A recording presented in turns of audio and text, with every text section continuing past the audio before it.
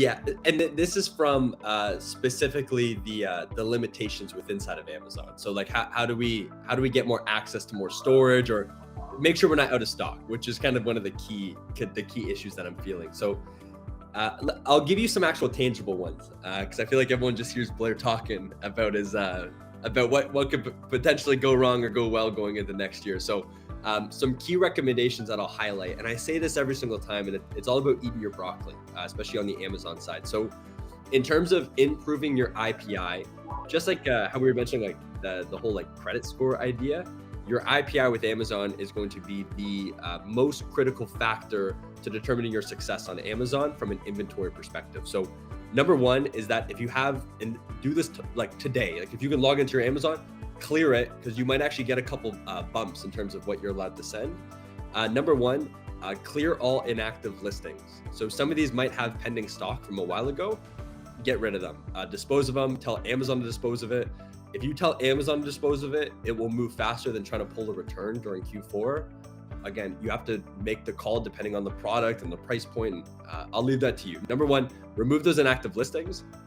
Number two, anything over 90 days, get out of Amazon's warehouse tomorrow. Pull a return, dispose of the product, donate it if you need to, get rid of it. Anything over 90 days is going to impact your score. It's going to screw up your inventory visibility.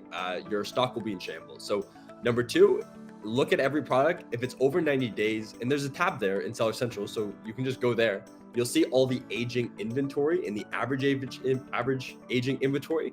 Clear it all. If there's products that you know aren't moving after 60 days, clear those too. So that's number two. Number three, this one's going to be for next year. But if you're doing NARF, which a lot of brands now, which is like North American Remote Fulfillment.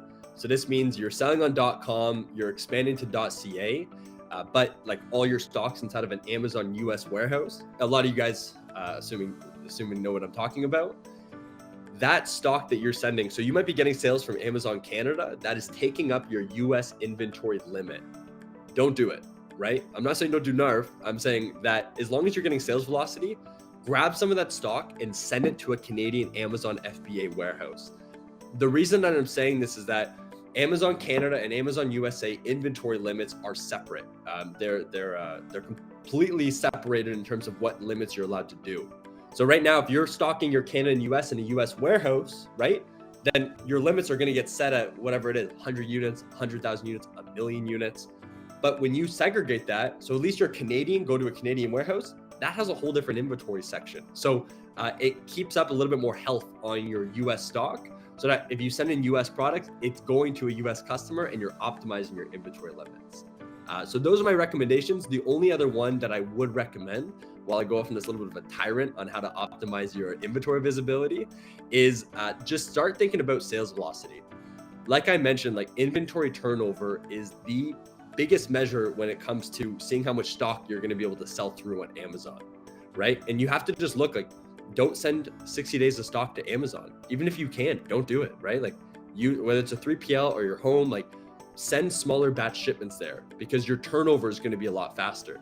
And if you have an advertising strategy, you have an SEO strategy, like these are things that will help you rank, but only send maybe 15 days, 20 days, 30 days worth of stock and allow that velocity to pick up so that the second stock arrives into Amazon, you're churning it a lot faster versus sending a container and it's going to take 60 days to turn over. That's going to hurt your overall credit score because Amazon right now wants to see product move. They are a fulfillment company. So think in the language of love that they want to see, move product as quickly as possible and having it in and out of the warehouse. So don't think of Amazon as a storage warehouse. Think of them as a fulfillment center, which is what they are. So less storage, more movement. Capiche? I guess that's the best way to say it. Hey, it's Ria Mittal here. Before you leave, make sure to subscribe to Seller App's main YouTube channel where we upload all things Amazon and some how-to guides that will make sure that you're winning on Amazon. You will not get this anywhere else. Until the next time, happy selling.